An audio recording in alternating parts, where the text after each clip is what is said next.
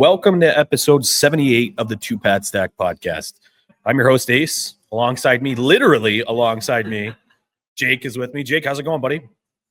It's going good. That's why we're going to have to pass this mic back and forth. Just some technical difficulties because we are live and in person together. You can see on Ace's mug right there. We are at Back Hill Beer Club here in Rochester, New Hampshire. We've got some awesome stuff going on. Figured we'd bring you live and in person. We've got some exciting news that Ace will bring you in a little bit.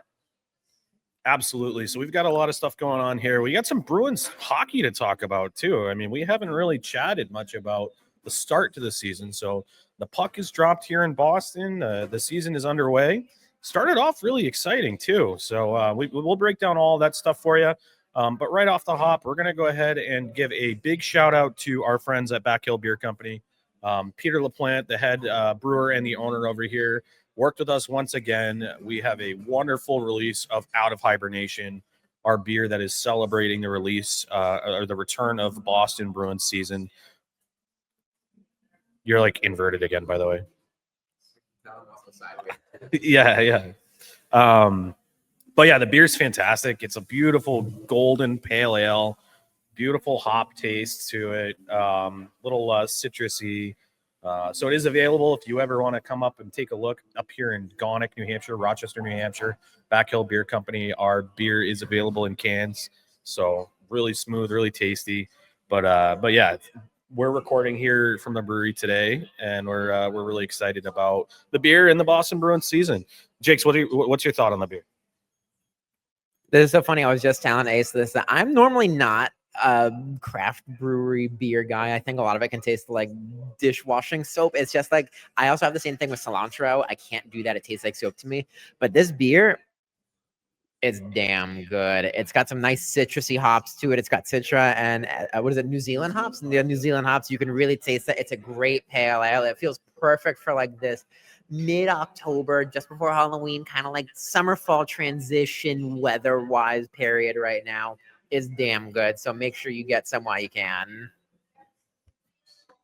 So yeah, that ends our officially legally mandated shout out for Back Hill Beer Company. But yeah, it's great being here. I work here from time to time as a bartender. Great beer, even if you don't like Out of Hibernation. They have lagers, they have pilsners, they have IPAs. Basically anything that you like, they're probably going to have it on draft here. So let's go ahead and pivot back to the Boston Bruins. So we already kind of alluded to it. They came out strong with a 3-0 record. They started off on the road. You know, I had kind of like PTSD flashbacks a little bit when I saw the Bruins were opening up in Washington. I don't know if you remember, like a few years back when they opened up the season, it was like a 7-2 loss right at the beginning of the year. So I know exactly when this was. This actually was 2019. I was at MSG with my twin brother. We were at the Game of Thrones concerts that they were doing at the time because Game of Thrones was still on live TV and really hype. And we were sitting in the 200 section in front of a TV. And because the game was on NBC Sports Network, I was able to finagle and have the game on in front of me while the concert was going. And at some point, I just turned to him and I said, we can flip the channel. Like, we're not winning this game. I don't need to pay attention to this right now. But definitely gave me a little bit of jitters going to Washington. But wow, did they claw out a win when I don't know if they really deserved it. They really kind of pushed through and, fought for a really good win there. It seemed like a far cry from what we saw from this team last year, right? A lot of the times last year, as soon as a little bit of adversity hit, they kind of folded up like a lawn chair. Like, it just wasn't great. And I don't know if it's just that new coach, like, energy that he's bringing, or the guys are all bought in again. But it did seem like they were trying to fight tooth and nail and claw their way, and they earned that victory against a team that did really, really well last year. I mean, Washington led the Eastern Conference in the standings. I mean, granted, they didn't get the results they were looking for in the postseason, but they were a dominant team in the regular season. And for the Bruins to start out 1-0 on the road before a decent homestand that was coming up, that's exactly how you want to see a season start. Oh, absolutely. I also wonder whether this is like first game of the season, really early season energy bursts of like, okay, we actually have 60 minutes and the energy to play 60 minutes. But they really scratched and fought their way for a victory, and kind of a nice, weird deflection from the point goal from David Pastrnak to start it off. My favorite is that Elias Lindholm power play goal. The passing on that. We'll talk about the power play in general a little bit, but that was a thing of beauty. And again, I think it came after Tom Wilson tied the game at 1, not too far thereafter. So adversity not necessarily getting the better of the Bruins, playing a full 60, maybe wanting to win the first game under a new head coach, but they looked pretty solid amidst even, some growing pains in game 1.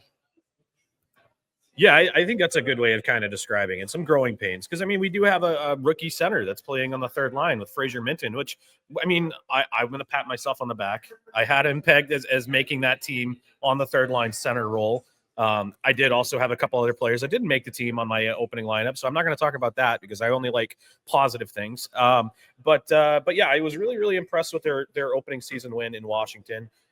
They follow that up with the home opener against the Chicago Blackhawks. And who else would you want to start with in a home opener? Let's go Bruins, yeah. So who else do you want to start off with a home opener than a team that's fresh off basically expertly tanking once again in the Chicago Blackhawks? So Bruins host the Blackhawks. The Garden was rocking. It was I believe I don't even remember what day it was of the week. I think it was like a Friday or something like that. So the weekend crowd was just on top of it. Vibes were immaculate. And, I honestly, it was a great performance top to bottom. I mean, I was a little nervous at first when they went ahead and Bedard had that cross crease one-timer goal that I was like, oh, there's the reason why that guy was drafted first overall. But it ended up coming out and being a great game. It was my first time in my season ticket seats in a regular season game. So it was a treat. What were your thoughts on the Chicago game, Jake? So it was actually that Thursday. It was the back-to-back against, home and home really quickly. Again, just lots of scratching, clawing. It seems like that's going to be the Bruins' identity this year, is really fighting their way through 60 minutes. This wasn't the overtime victory, right? Or was it? Am I conflating that with Buffalo? Buffalo's regulation. Right. So right. So again, they exactly, there you go. Fraser Minton, third line center with the overtime victory. Just I think that feels so good. That's got to feel so good for this Boston Bruins team to play well in front of your home crowd to start from the get-go. It's weird having less expectations on the season, but maybe the start that they've had kind of puts a little more pressure on them. I know everyone talked up Hampus Lindholm and how good he looked. We'll talk about Hammer in a little bit as well and what's going on with him, but I think the defense in that game maybe played a little better than expected. Jonas Corposalo did not necessarily play as well as I expected. He definitely stood on his head when he needed to, but giving up 3 goals is not the most ideal situation there. But credit to the offense for hanging in there. Fraser Minton again with that beautiful goal. I think he was going with Morgan Geekie in that 2-on-1. Totally looked him off. I watched Sam Rinzel, looking at that replay afterwards. Rinzel's drifting back towards the middle of the ice, and Fraser Minton clearly we talked about this so much on the preseason. He has a knack for being in the right spaces at the right time, and he noticed Rinzel giving him that space. He started curving it a little more, came inside the dot to the inside edge of the circle, and that's where he ripped that shot past Soderblom. So just such a smart guy. Really, really, really gave me a great impression to start the season off. Yeah, 100% agree. And the other thing that I found was interesting is, there was a lot of people, myself included and Jake included, speculating that Fraser Minton had a chance to make this club. And when they were asking him in the offseason, hey, what do you want to do to make yourself a more effective NHL caliber player? Like, what can you do to round out your game and make yourself a better player? He said, I want to be stronger on pucks, and I want to improve my scoring ability. And I think that faith that Marco Sturm and the coaching staff put in him and putting him on the overtime situation, you saw that scoring come out. So obviously the work that he put into the offseason paid dividends, and that ended up getting the Boston Bruins off to a 2-0 start. Think of it in that game too, they went down 2-0 and they had to claw their way back. Casey Middlestat with a whip shot of a goal that was absolutely beautiful. Elias Lindholm, I think that was another power play goal for Elias Lindholm too. Granted, it was kind of like a puck that fell into the middle of the crease and he was right there to tap it in back door. Exactly. Tanner Jeannot with his first as a Bruin. I think it was a really good game for us to see what this team really will look like for the 25-26 season. Yeah, I mean, hey, 2-0. You don't ask how. Like I just said, you don't ask how, you ask how many. And when you're 2-0 after a season like last season, you just take the wins when you can get them. And who better to take another win against than our third game of the season for the Boston Bruins when the Buffalo Sabres come into town? And I have to say, that first period by Buffalo is one of the worst efforts I have ever seen out of an NHL roster. I think shots were like not even shot attempts, actual shots on goal were 17-1 in favor of the Boston Bruins at the end of the first period. What was your initial takeaway from that Buffalo team? Oh, this very easily could have been like 3-0 to start off the game.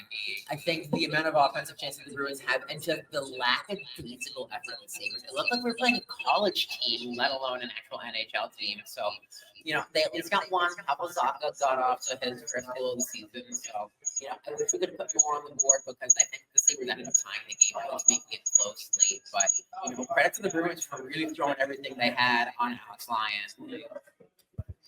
Yeah, and what I also really liked is that it seemed like the physicality was there in this game too. One kind of player that's really stood out to me in a positive way is Nikita Zadorov in these first 3 games, especially. And I don't think he necessarily did poorly in the next 2 that we'll talk about in a little bit. But the big thing that really hurt Nikita Zadorov last season was I feel like he was putting too much pressure on himself on playing way too big of a role.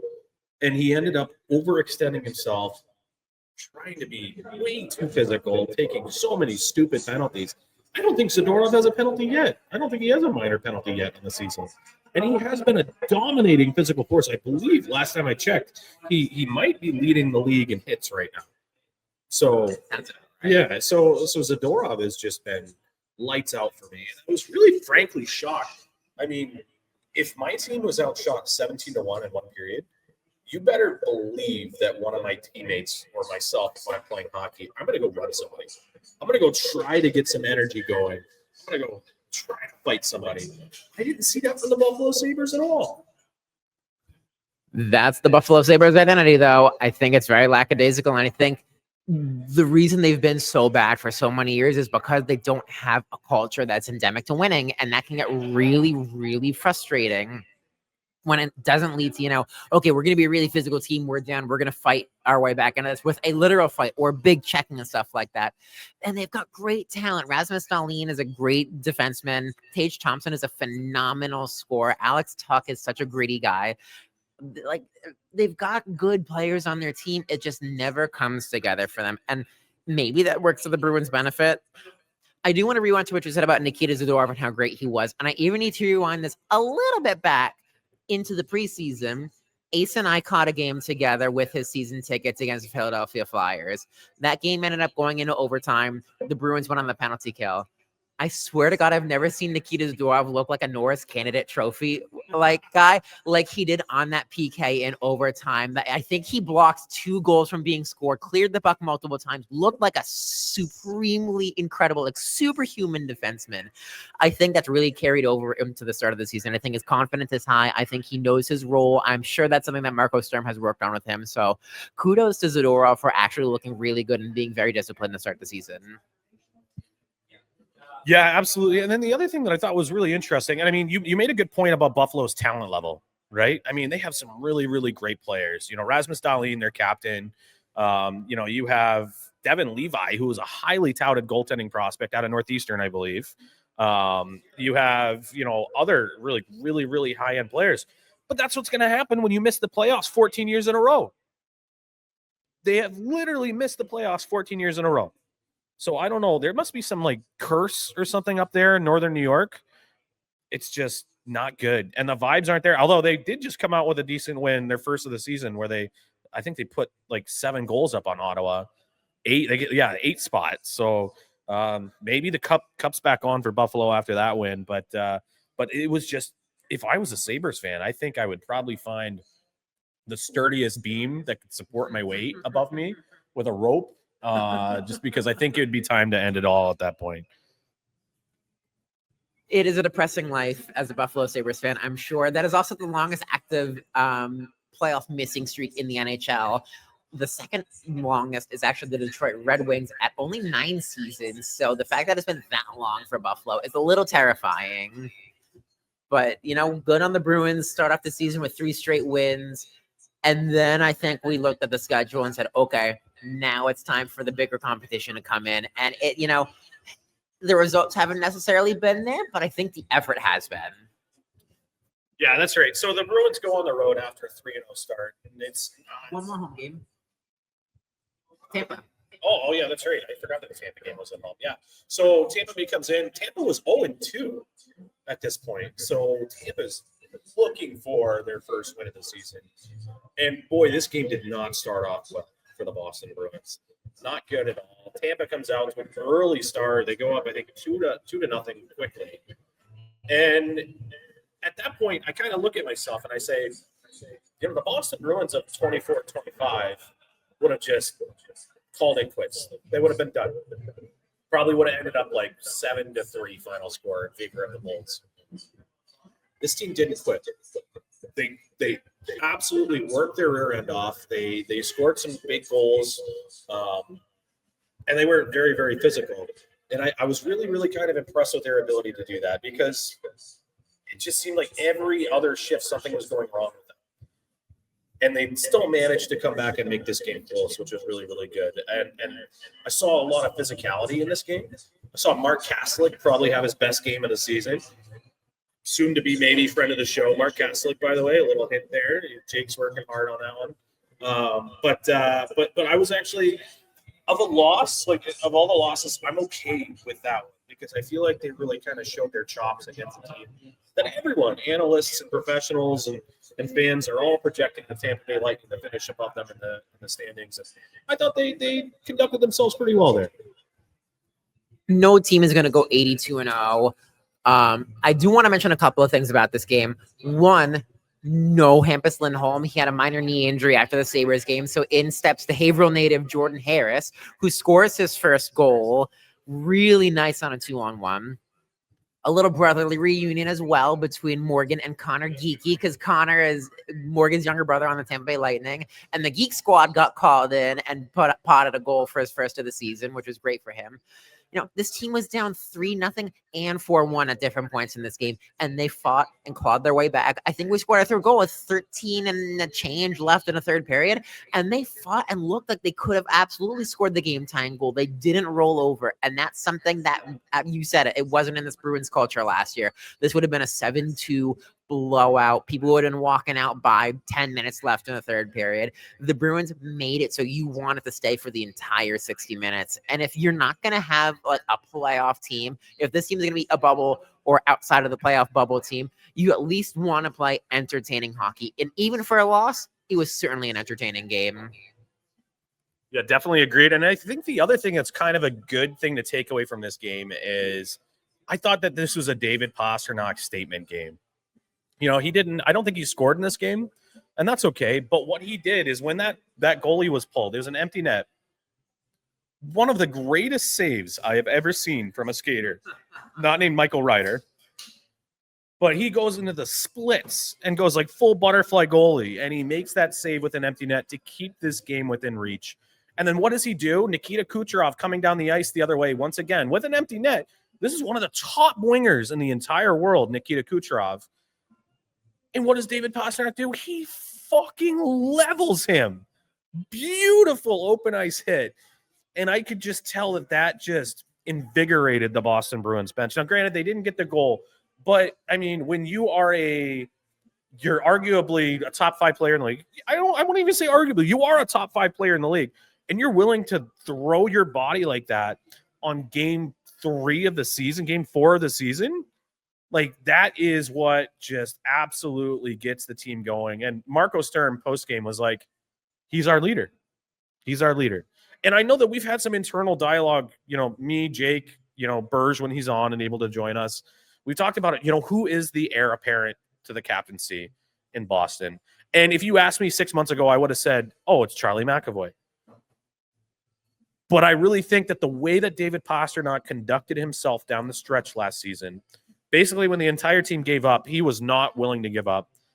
And obviously, McAvoy being out didn't help. But the way that Pasta conducted himself at the end of the season last year, and the way he's already started this season, I don't see how you can't give him the C, and I would give it to him right now.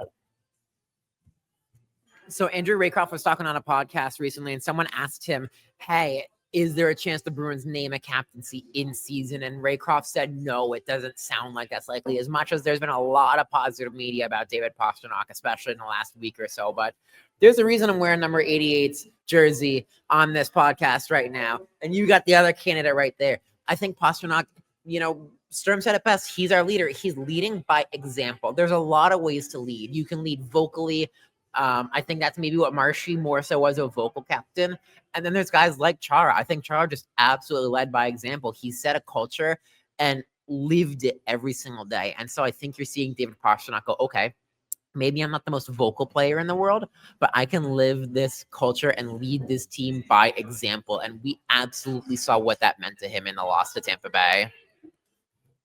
Yeah, so, 3-1 at this point, at the conclusion of the game at Tampa. Tampa barely holds on.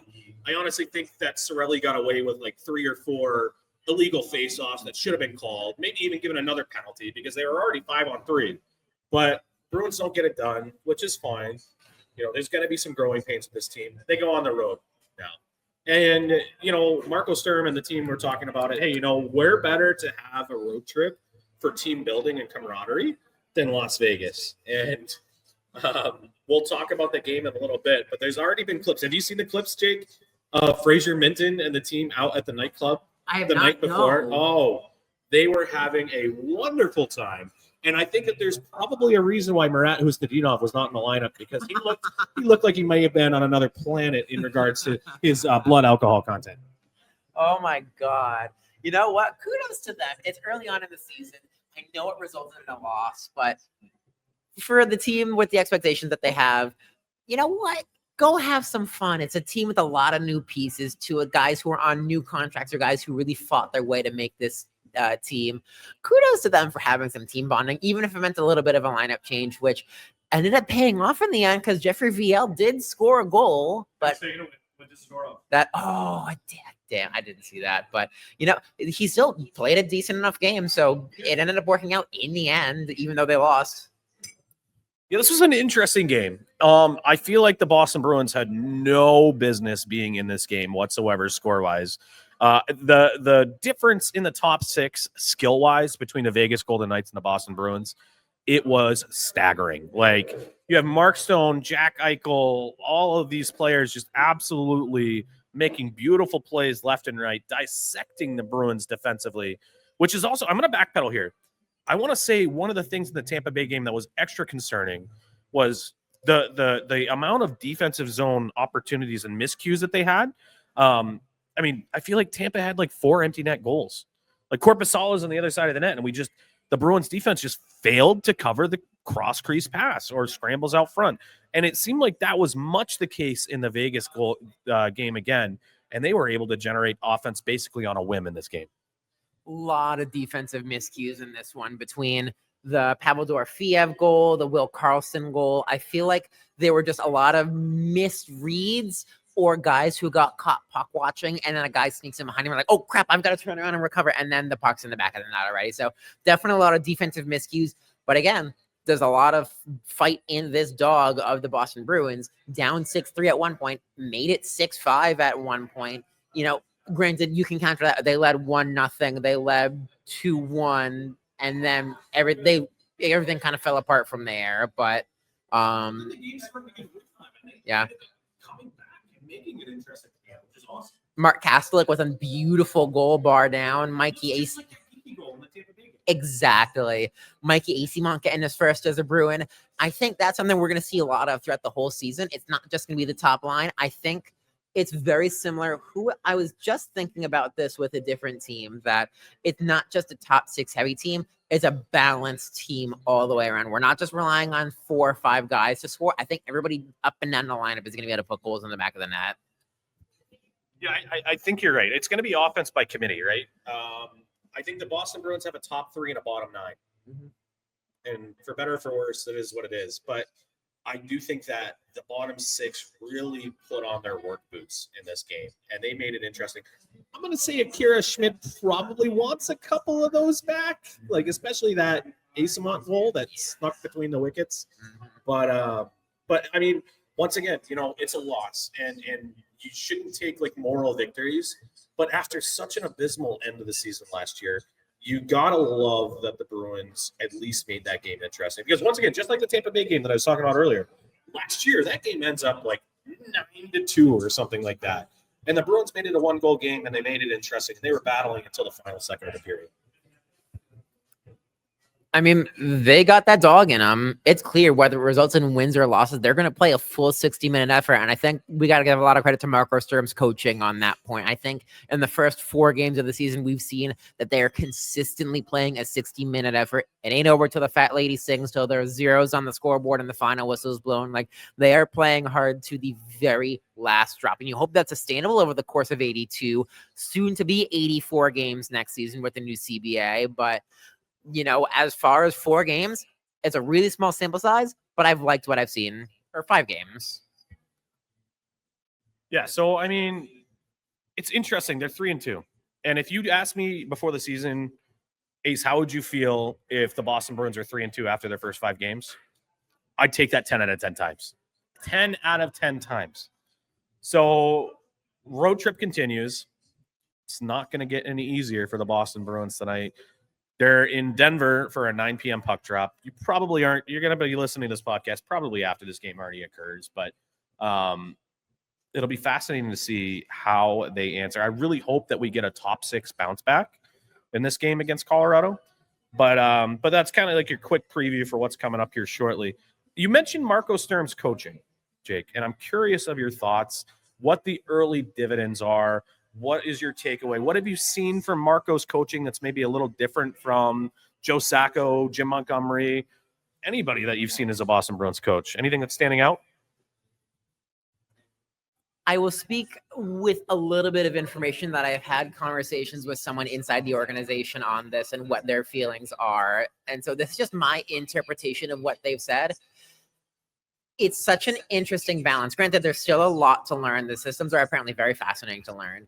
But what I've watched is it's in between. It's not Bruce Cassidy. I'm a hard ass all the time. I'm the disciplinarian. It's not Jim Montgomery. I'm the player's coach. It's somewhere in between, and maybe that's what they needed. They needed someone who can relate to the players on their own level. Marco certainly being a former player and a former Bruin. But Marco having true coaching experience in a very different system can bring that disciplinarianness to him. I've watched a couple of clips of him post-game, watched a couple of clips of him, when he was talking with players who made the roster. I think it's so interesting talking about really earning your keep and the way we talked about this, I think, in the last podcast as well, that he has to be so careful and thoughtful with his words because English probably isn't his first language. It has to be German. And I think I'm watching that translate into his coaching side, that he's so deliberate and meticulous in the systems that he's put out. It's been very interesting to watch over the first 5 games of the year. Yeah, and I also think that, I love that quote that he had before the season. When he's talking about his system, he's like, we're going to be tough to beat. And I've seen that already. Like the neutral zone formations that they're doing, that one, 2-2 or 1-3-1, whatever it is, it's working well, and other teams are having a real hard time getting the puck through the neutral zone. And then the Bruins are causing transition going the other way. It didn't work out so well against Vegas, but the other teams it worked really, really well with. And Marco Sturm said something that is kind of resonating with me. When we get that puck, it's fucking party time. You're going to skate like the wind going the other way. And I do think that I've seen that a little bit from this team, top to bottom, that when they get the puck going, they're willing to go ahead and make offensive opportunities happen. And also shout out, you mentioned it earlier, Jordan Harris, he had the chance to dish that puck. He could have made the safe play and dumped it in, but he took the space that was given to him. The pass was taken away, and he just took the shot and he scored at home, TD Garden, 30 minutes from his hometown. It was an electric moment there at TD Garden. So I do really like what the Boston Bruins are doing right now, because it's going to take a team effort to beat these teams that are more skilled than them up front. And the defense needs more. We need more. They need to do a better job keeping the puck out of their net, positionally, awareness-wise, because a lot of the goals that have gone in, I don't place on either goaltender fault-wise.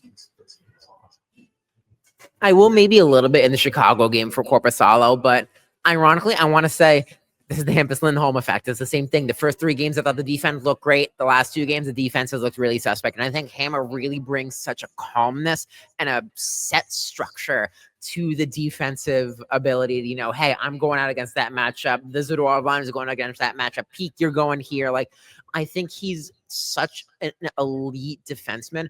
We heard about it from Elliot Friedman in the preseason that the Bruins are a team to watch out for because Hampus Lindholm looks really good. I think his impact on this Boston Bruins blue line is so tremendously underrated, but I don't disagree with that.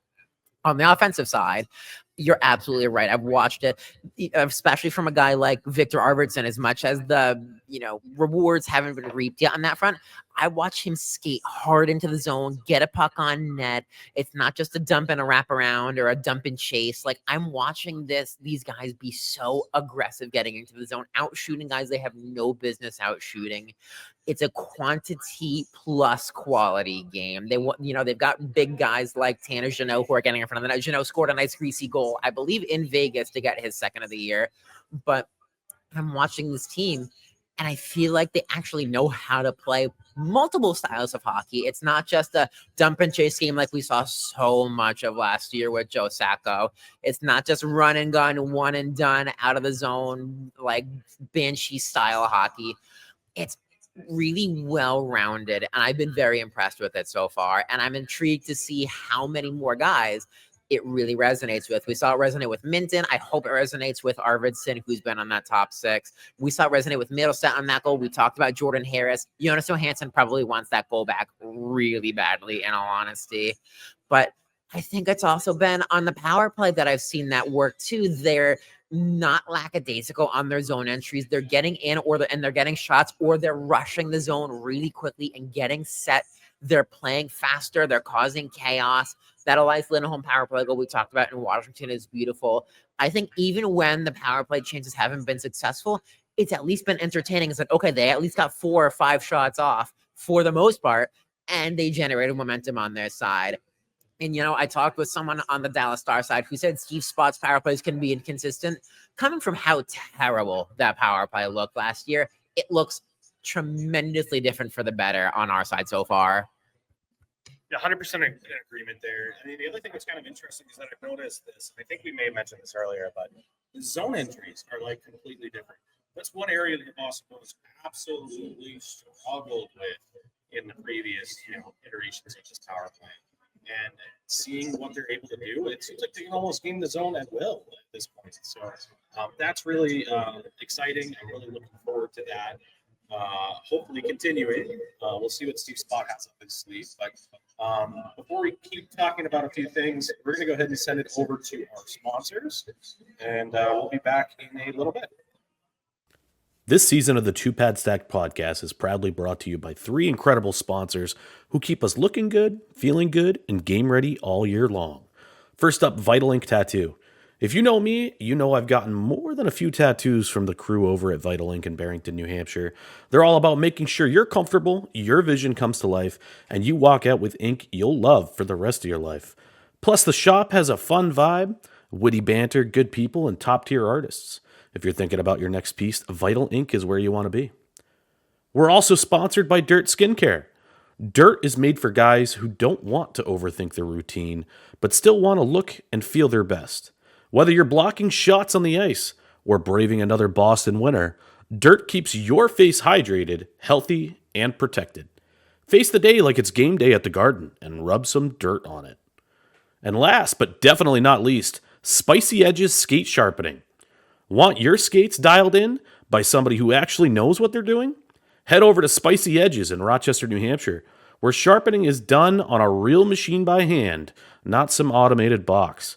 Go see Cam, and he'll take care of you for some custom blade grinds, Kagwan profiling, and steel replacement, all with precision to match your style of play. Whether you're a beer league bender, a high school sniper, or just getting started, Cam's got your edges covered. Plus, they've got sticks, laces, tape, steel, and more to keep you game ready. Call or text Cam at 603-866-9668. Spicy Edges Skate Sharpening. Get sharp, stay spicy. Hockey is back, and this season, DraftKings Sportsbook, an official sports betting partner of the NHL, brings you all the speed, skill, and nonstop action you love. New customers bet just $5, and if your bet wins, you'll get paid out $300 in bonus bets instantly. I know the Bruins might not be media darlings, but I think they could play spoiler to a lot of teams this year, so they might be one of your hot teams to look at when you're on DraftKings. Download the DraftKings Sportsbook app and use code THPN. That's code THPN to turn $5 into $300 in bonus bets if your bet wins. In partnership with DraftKings, the crown is yours. Gambling problem? Call 1-800-GAMBLER. In New York, call 877-8-HOPE-NY or text HOPE-NY 467-369. In Connecticut, help is available for problem gambling. Call 888-789-7777 or visit ccpg.org. Please play responsibly. On behalf of Boot Hill Casino and Resort in Kansas. Pass-through of per wager tax may apply in Illinois. 21 plus age and eligibility varies by jurisdiction. Void in Ontario. Restrictions apply. Bet must win to receive bonus bets which expire in 7 days. Minimum odds required. For additional terms and responsible gaming resources, see dkng.com/audio. Limited time offer. Copyright NHL 2025. All rights reserved. All right, and we are back. So, Jake, I wanted to kind of see who your early standouts are for the season. You know, who has been standing out for good, for worse, for better, for worse. I'll kind of give you a couple of names that I think I'm going to kind of start with here a little bit. And I already mentioned it earlier. Nikita Zadorov is one that is really standing out for the better. I think Nikita Zadorov is probably the best defenseman in black and gold right now. And that's probably a negative it's probably an indictment on Charlie McAvoy right now. But Nikita Zadorov is the guy on the back end. I'll have you give me a blue liner and a forward that you think are positive, and a blue liner and a forward that you think are a net negative. So my positive, Nikita Zadorov, and I'm going to go with Elias Lindholm for my forward. I really like what Lindholm's done. He looks like he's much more of that player that the Boston Bruins thought that they were going to be bringing in. Granted, the goals kind of slowed down a little bit, but he's still playing a big role in that power play that we've already talked about looking like reinvigorated. He's been really good on the faceoff dot. I believe he's over 70% on the draw right now. The Bruins in general have been really good on the draw, which is a surprise to me with all that, confusion we weren't really sure what the centers were going to look like for the team this year, but they've been very, very good on the dot. So those are my two players that I'm going to say are looking really, really good. I'll save the one that I just referred to. Maybe you can save that and use that one for your blue liner. But my forward that I'm a little disappointed in, and he scored a goal, but Pavel Zacha. There's been a lot of speculation around the league that the Bruins may be open for business at the trade deadline if things don't go well. And the names that are coming out are Casey Middlestat and Pavel Zacha, because there's going to be some upside there. I mean, he's a former first-round pick. There's probably another team that says, it's just like that bad ex-girlfriend. I can fix him. So Zacha had that nice one-timer goal, but I just don't see the battle out of him. I don't see the effort. It looks like he's going at like 65% every single time he's out there. So I want more out of Pavel Zacha. You're in the top 6. Earn it, buddy. And then on the back end, Mason Lohrei. Buddy, you're playing with McAvoy. Like, I understand last year was tough for you. You were thrown to the Wolves. Absolutely thrown to the Wolves. But you got to do a better job.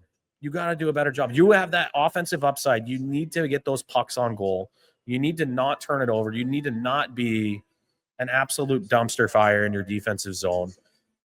I really have high hopes for Mason Lohrei, but I'm running out of patience with him. So there's my two good players and my two players that maybe need to do a little bit more to move the needle on the forward side and on the defense side. What do you got, Jake? All right, so let's go with on the forward side. Tanner Jeannot. I think he's surprised me a lot in the first bit of this season. 2 goals, playing a more disciplined game than frankly I'd expected him to play. I think he's playing such a hard physical game that's so endemic to the Big Bad Beast. I know you love that grinder style kind of hockey. It's very old school. I thought it wouldn't work out as well. There's still a lot of season runway to go to see what happens. But in the first 5 games of the year, I've actually been very impressed with what he's brought to the team. I think he's brought energy and physicality, and he's been generally a spark plug to, get this team to generate itself some momentum. So I've been really impressed with Tanner Jeannot's game so far. On the defense side of things, that would be funny with Jordan Harris, expecting him to be the seventh defenseman. I think we talked a lot about this in our last preseason podcast too, that we have a lot of great seventh defensemen between Harris, Victor Soderstrom, guys who are down in Providence. Harris really stepped in, and I think he's looked really comfortable. And so I'm not feeling as bad as much of the defense. For the most part, has looked suspect with Hampus Lindholm out. I think it gives me a lot more reassurance in not just talking out of our asses saying, hey, we have the depth.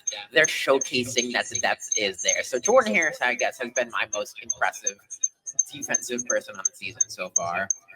On the front end, a guy who you really took Zaka out of my mouth because Zaka, I would have said the same thing. I'll go with Casey Middlestat.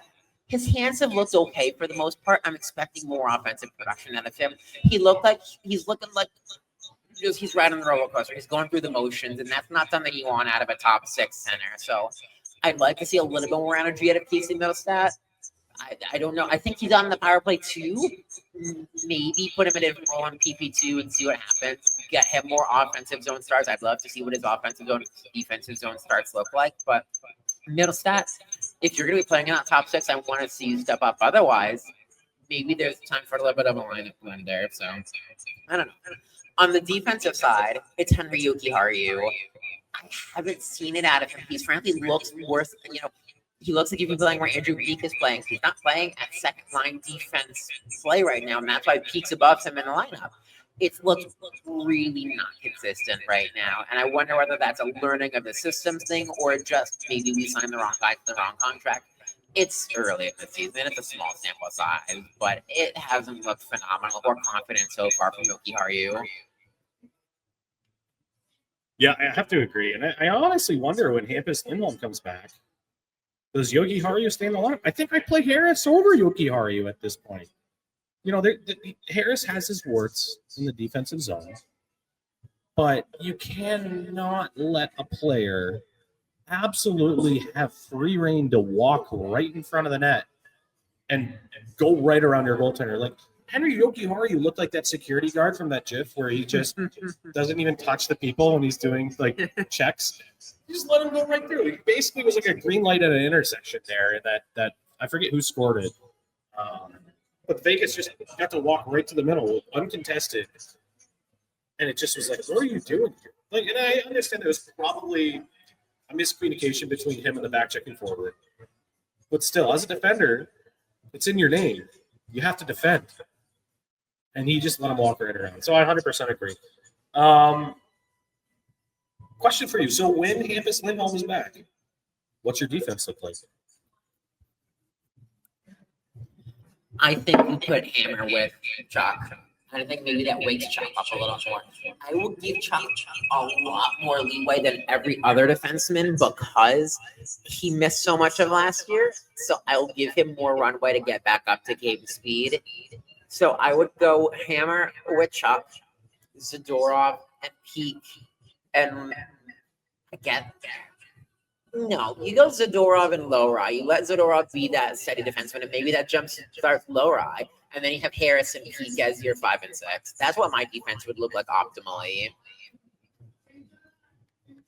Yeah, I agree with that. I mean, I do think that Lowry has the skill set to continue to play. I don't think he's been that bad to warrant being sad.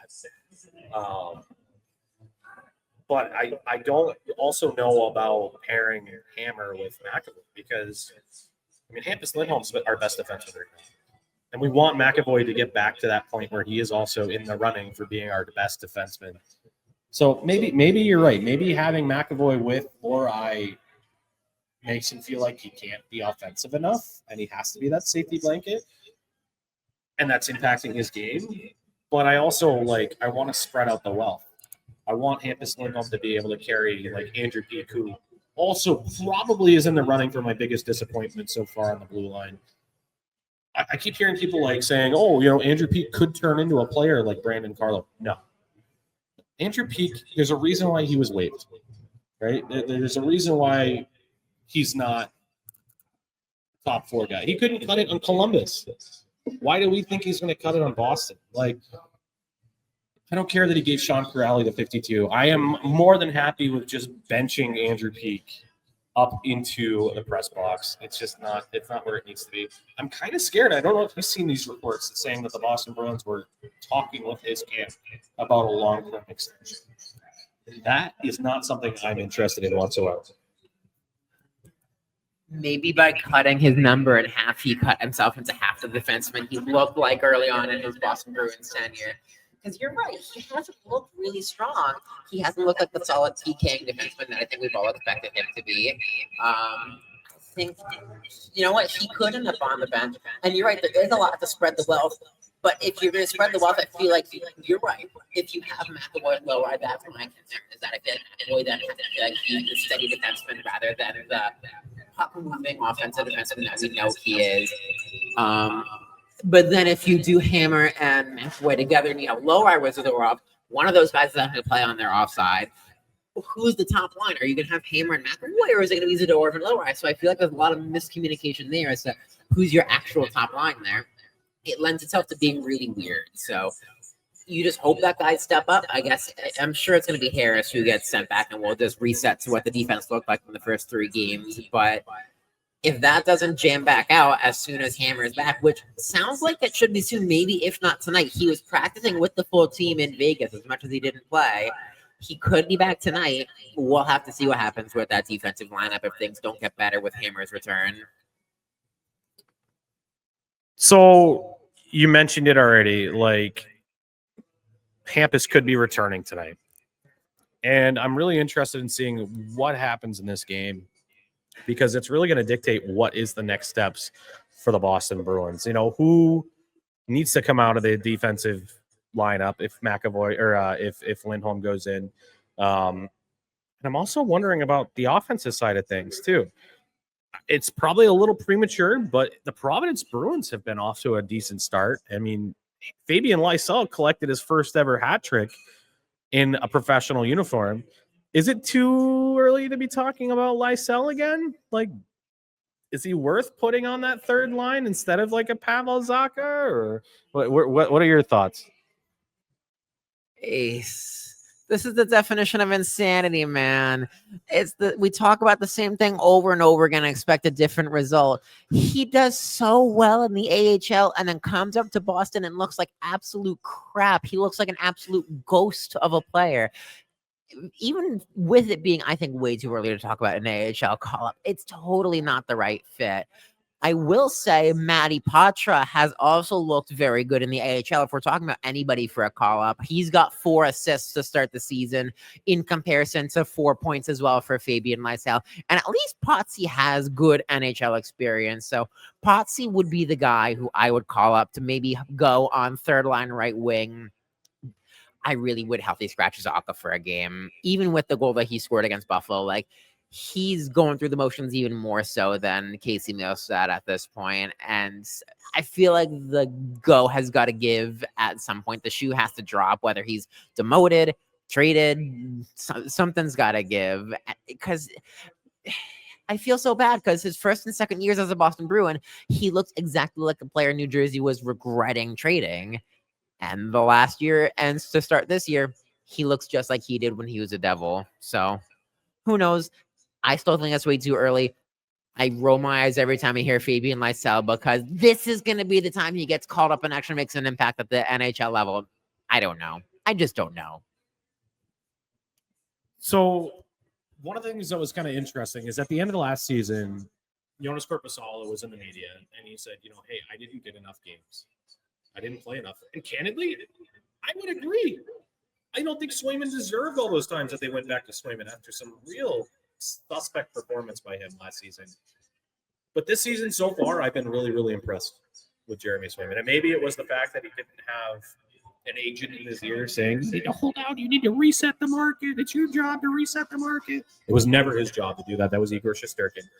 But really impressed so far with Jeremy Swayman. And the Boston Bruins have come out and said that in tonight's game, despite it being, immediately after a Swayman start, they're going with Swayman again. And obviously it's not a back-to-back, so they had a night rest. And this is saying firmly that Jeremy Swayman is our number one. And if I'm Korpisalo, I'd be like, what gives? So, Jake, what is your thoughts on the goaltending play here, do you agree with playing Swayman tonight, or would you have gone Corpusalo? Oh, I absolutely agree with playing Swayman tonight. I think he on the contract he is your number one goalie. This isn't a 1-on-1 platoon situation like we had with Linus Allmark. I had no idea his first name was Sven. His name is Sven Linus Allmark. Yeah. I saw that it was NHL Europe put out a TikTok with a bunch of guys doing their name pronunciations, and his name is Sven Linus Allmark. But it's not a 1-on-1 situation like that. I think you got Jonas Corpusalo really as a backup in case Swayman doesn't really look like a bona fide number one starter. The first couple of games, I think he's looked tremendously confident. I think a lot of the goals in the Vegas game come from defensive lapses rather than his own lapses. And otherwise, I think he's looked extremely confident. And in the game against Washington, he had to make a lot of saves in order to keep this team in it. I think it's a great move. And then you leave Jonas to start in Utah. Utah's, I think, maybe a better opponent for Jonas to gain a little bit more confidence on. Does Jonas have a win this season, or is he on two? Does he have? No, he has. He does. Yeah, that's right. But he still gave up 3 goals to Chicago, which, Swayman only gave up 1 on the road in Washington. So I think if you're looking for maybe more of a bounce back game for Corpusalo, I'm guessing Utah's a better place to do it. Though that place has looked hostile to start the season. Have you seen that mascot? That is hostile. That is an awful mascot. I'm sorry. See, I'm on the opposite camp. I love Tusky. So in another group we did a bracket of NHL mascots, and somehow Bowie won out of everybody. I'm like, Gritty didn't win this thing. I was protesting. And so when Tusky got announced, I said, okay, now we got to put Tusky up against Bowie. We got to stack him against who's going to win. Tusky won by, I think, a landslide. I really, really, the name on the nose, absolutely. They could have gone something with like Wooly. They could have made an Ice Age reference there. That's a movie of my, yeah, exactly. So that would have been really funny, but I think it's a great mascot for them. I just hate that he looks like he's made out of cotton candy. That drives me nuts. So I wanted to throw something else at you here. My brain is not behaving itself. But the remainder of this season, how much of a runway do you give a guy? Oh, I remember what it was. Back up. Rewind like 30 minutes. Not even. More like 30 seconds. Johnny Beecher's making his debut tonight. Yep. So Husnudinov and VL are going to be scratched this evening. Johnny Beecher is on the 4th line. So I'll go top to bottom on the lines that were reported at practice this morning. Top line, this will be funny for you and I. Left wing, Pavel Zacha. Center, Elias Lindholm. Right wing, David Pastrnak. Second line, this is also going to feature a surprise. Left wing, Morgan Geekie. Center, Casey Middlestat. Right wing, Mikey Asamont. Third line, left wing, Tanner Janot. Center, Fraser Minton. Right wing, Victor Arvidsson. Fourth line, Johnny Beecher. Center, Corrali. Right wing, Mark Kastlik. So I'm very interested in seeing what Asamont does in a top 6 role. I'm not sure he's that guy. I wonder if this is the fact that Victor Arvidsson hasn't scored a goal yet this season, and that's the reason why they're bumping him down to the 3rd line, just trying to jumpstart some other guys, because Asamont did score in Vegas. It was his first goal as a Bruin. This might just be one of those kickstart, hey, Victor, let's get you some minutes against some guys who aren't completely your skill level, or like less sheltered minutes, and try and get a goal, try and get a point, try and get something going for you, and then we'll flip you back up once things happen. But that's really a weird lineup. Is Husnudinov still hungover, or is this a team disciplinary in action? I don't know, because I thought Husnudinov has looked at least decent enough to start the season, but Beach did play well. He said in the tail end of the preseason, I know that I'm going to have to play my way on this team. He played his way at the very least into staying up with the big club, and he's not down in Providence. So that's, I guess, kudos to him. So they were going to have to get him in at some point. And maybe this was the right time. Hopefully he does something good, and maybe this little lineup blend will generate some different looks. But I don't know how exactly to feel about it, because the offense hasn't been too much of a problem this year. Yeah, I mean, the big problem is just defensive structure right now and keeping the puck out of your net. So, I mean, I think it's interesting. You mentioned Arvidsson. Can I just say that this is one of the most entertaining players to watch? Like Victor Arvidsson is just a fun hockey player to watch. The guy he's coming up the wing with full head of steam, and he just goes for a clap bomb off the rush. Like, are you kidding me? Like, you saw it work in the final against the Florida Panthers when he was with the Edmonton Oilers. So I'm just waiting. That first random slap shot off the rush that goes in is going to hit like crack. Like, I will not be able to get enough of it. But I also feel like Arvidsson is good for I feel like every game he's played, he's gotten absolutely destroyed on the boards by somebody. And he just pops up like he's like a cockroach. You can't kill him. He just jumps right back up on the ice. So, but no, those are my observations about Victor Arvidsson so far. And I'm kind of surprised he hasn't scored yet. I feel like he's been probably due for at least one or two, but obviously the coaching staff and Marco Sturm, they're looking for more out of Victor. I mean, when your shooting percentage is a big old goose egg, gang, like it definitely gives the coaching staff reason for pause. But we talked about this when we acquired Arvidsson on our trade deadline special, or pardon me, our free agency special.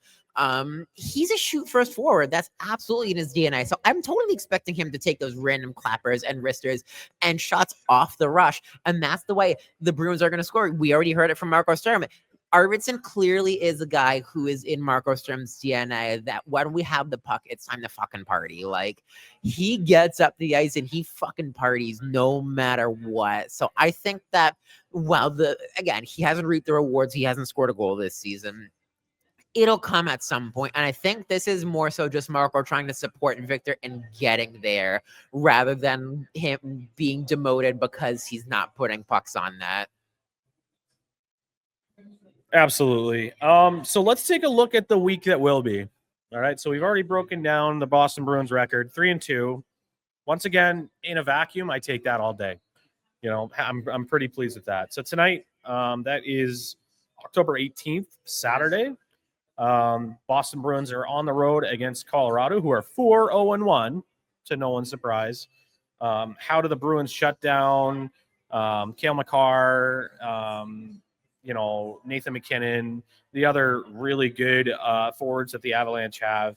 So that'll be a big test for them. Can they answer back with a good win? If you're Jeremy Swayman, you're the number one guy. You're going to have to play against the big teams. So this is going to be a good test for him. Hopefully the defense can rebound.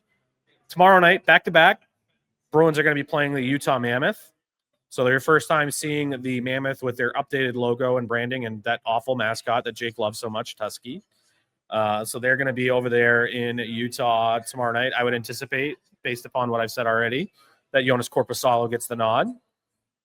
So this will be a good contest for the Boston Bruins. The Mammoth are a really good young team. I mean, that helps when Arizona, similarly to Buffalo, drafts in like the top 10 for like 2 decades straight. So looks like Logan Cooley, Clayton Keller, and the Mammoth, who went out aggressively and got Mikhail Sergachev to try to, streamline and stabilize a little bit of their defense. They're off to a decent start at a mirrored 3-2 record as well. And then after that, the Bruins look like they're going to be heading home. They're going to be heading home for a home game against who other than former captain Brad Marchand and the Florida Panthers. I know the Bruins fans are big fans of the Florida Panthers these days, so it'll be very interesting. It almost feels like Florida has become a second home for former Bruins between, AJ Greer and Tomasz Nosek and Jesper Boquist, Brad Marchand. Basically, their entire forward core, not named, the usual suspects, are Boston Bruins at this point. So it will be fascinating to see how that plays out. Any games in particular you have your eyes specifically on for next week? So the answer to your really hypothetical question about how do you stop the Colorado Avalanche and guys like that is a hope and a prayer. You're really just the answer is you lock down the neutral zone. If you can jam the neutral zone, because they play fast, they play the type of style of hockey I would love to see the Brewers play more of. They've got speedy guys, McKinnon, Makar. You already talked about those guys who come in off the rush and blow by defenders and have such incredible offensive acumen, who are great on their skates, great on their edges. If you can just prevent them from getting in the offensive zone in the first place, if you can jam up the neutral zone, that's how you win. But this Utah game is the one that honestly almost intrigues me more compared to the Florida game, because they're on the precipice of something big. Bill Armstrong's doing a great job, I think, in Utah with making a team that is going to be competitive for the long term. Former BU Terrier captain and Utah Mammoth captain Clayton Keller finally getting his first goal of the season. They just put a 6 spot on the San Jose Sharks last night. Nick Schmaltz with a hat trick there. But they, getting JJ Peterka from the Buffalo Sabres, getting Peterka out of that hellhole of Buffalo and putting him on a strong team, that just makes Utah so much deeper than they have been. Getting Brandon Tanev from Seattle, a guy who I think is going to be such a great grinder for them in their bottom six. They're a deep and balanced team at forward. Mikhail Sergachev is clearly their lead defenseman, but having depth in Nate Smith, Dmitry Simashev, John Marino finally healthy, Oli Mata. The only question mark is their goaltending, but they really seem to trust Karel Vejmelka unless they want to trade for Jonas Korpisalo themselves. I'll take JJ Peterka back, or I'll take another really good forward back from them. But I think they're a team that has a great identity, and I think is going to reap dividends for them. Florida, it's going to be a really nostalgic game. Marchand already doing some nostalgic things in Buffalo. He ripped off Rasmus Dahlon's helmet, took it into the penalty box with him, and just had a little fun there. I think everyone's going to eat their hearts out on Tuesday with that game. This is his first time back since the trade, right? Because we didn't play Florida, so they're going to give him that video tribute, that stand. I guarantee you he'll be in tears on the bench. That's the type of guy he is. We will make him cry. And maybe it'll make him lose. Maybe he'll be too emotional and get frustrated and take a stupid penalty and we'll win the game. But that's going to be a really emotional game for sure. Yeah, I'm especially excited for that one. You just know that Brad Marchand's going to be up to his rat self in that game. I mean, he's already come out in his celebrations and said, thank you, Boston, for sending me to Florida. Thank you, Boston. In that elbow room, wonderful establishment that the Florida Panthers love to go to. So I really pray that Brad Marchand doesn't get injured in this game, but I still want Nikita Zadorov to absolutely blow him up. I want him to blow him up. And for the record, I think I've said this before too, I do not fault the Bruins front office for not giving Brad Marchand a contract till he's 41 years old. Are you kidding me? Like, at this point, Bill Zito is just playing with house money. He's like, I don't care what happens 3 seasons from now. I'm going to do whatever I can to keep this team together to try to win, a third cup in a row. But why on earth would you sign him to that term? That is mind-boggling to me. And I keep seeing a lot of these casual Bruins fans like, you let Brad Marchand walk, you let him go to a rival. I will never fault the front office for not signing Brad Marchand to that contract. And in the end, that trade worked out, didn't it? The Panthers won the cup. That condition turned that pick into a first-round pick for the Bruins. So they got the price that was fairly reasonable for him with what the Panthers had to offer. So, yeah, in hindsight, when the trade initially happened and we said it was a conditional second, everyone freaked out. That condition worked out. So I can't even fault the front office for what they traded him for at this point, because I think they bet on house money hoping that it would work. And it did. The Bruins have stacked draft capital in the next 2 years between the Marchand trade and the Carlo trade. By the way, Carlo's looked awful in Toronto. I have to say, watching Maple Leafs games, their defensive structure looks good. Carlo looks exactly like the weak kind of pylon-y Carlo we saw towards like the end of his Bruins tenure. So I didn't regret that trade either. So I think it's interesting you mentioned the draft capital. So that Florida Panthers pick got pushed until not this upcoming draft, but the following draft. So what does that leave the Bruins with draft capital-wise? 2 first-round picks this season, 2 first-round picks next season. Suddenly the Boston Bruins in 2 seasons are facing 4 first-round picks. And, if the difficulty continues and suddenly the Boston Bruins pivot to, miserable for McKenna, right?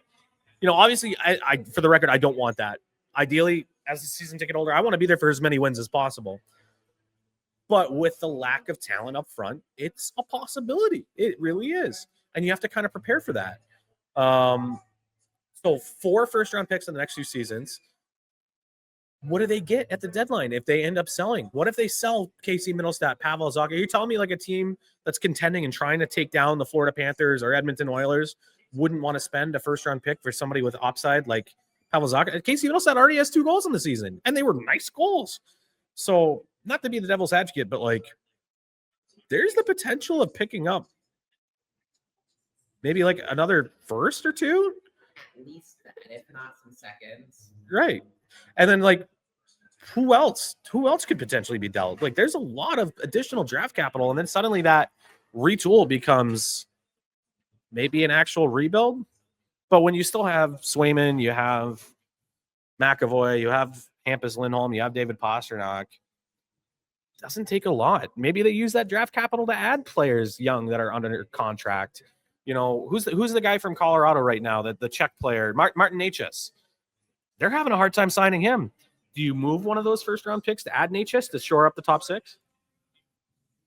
This is where Don Sweeney might be one of the luckier GMs in the NHL, that he has that capital. He's in an interesting position where the cap is rising tremendously over the next 2 years. I heard it's going to be somewhere like $104 million next year. So we're going to peak over that 9-digit threshold finally. It's almost the most optimal time. We've said this a lot. It's a very optimal time to be doing a retool on a file like this with that draft capital, because having 4 first round picks, if you take all 4 of them, it's a much better chance that a bunch of those could hit, no matter whether they're in the top 10 or whether they're lottery protected or whether they're in the bottom half based on where you got them from. Like, you have a much better chance of injecting NHL quality talent early on, having that many draft picks. But you're right, you could absolutely package that for a Martin Necas, a guy who's on other contract troubles like that, a guy who maybe needs a fresh change of scenery. I know Connor McDavid just signed a 2-year extension in Edmonton, but a guy can dream, right? A guy of such immense skill who's having contract negotiations and contract troubles with his team, that you could really package those first 4, or you take them and you get guys of similar caliber to James Higgins. Or if you trade, you talked about, you could trade Asimont, you could trade Middlestat, you could trade Arvidsson. Those are guys who could, depending on their performance, command a first, command a second. And look what the Bruins did with their second round pick this year, getting William Moore, who people were really surprised slid down there. The Bruins are smart enough to pick him up. So I have trust in Bradley Nadeau and the scouting department, regardless of what the draft picks end up being the next few years. So we'll see. It's a really more of an exciting time to be a Bruins fan than you think, and it's maybe not because of the results on the ice. As much as you're right, I'd love to see them win as much as possible, but I think there are a lot more cards in the deck than Bruins fans give this team credit for, and we'll just wait and see how Don Sweeney decides to play them between this year, next year. You know, it's interesting to see what his job looks like. If he's got the job, it's a fun job to be having right now. I mean, there's other big name free agents that are available this offseason for the Boston Bruins too. I mean, you have Artemi Panarin, who hasn't signed yet. RFA Jason Robertson out of Dallas, who apparently there's some sort of divide between Dallas and Jason Robertson and what his camp thinks that he's owed. So it'll be a fascinating offseason to kind of watch. But hey, we got plenty more regular season Boston Bruins hockey to break down until then. But I think that's probably a good place for us to wrap up here. On behalf of Jake and myself, we really appreciate your listenership. Thank you very much to Backhill Beer Company for hosting us tonight. Right over there. Yep, Jake's little quick shout out. Once again, come check us out at Backhill Beer Company. Out of Hibernation is our beer in collaboration with them. It's still available in cans. It's available on draft. Selfishly, I have it on draft at my house because I got a keg. But yeah, this is great. It was great chatting with Jake again. We appreciate your listenership.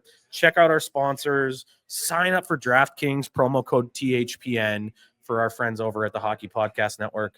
And until next time, we'll catch you then. Peace. Have a good one, y'all.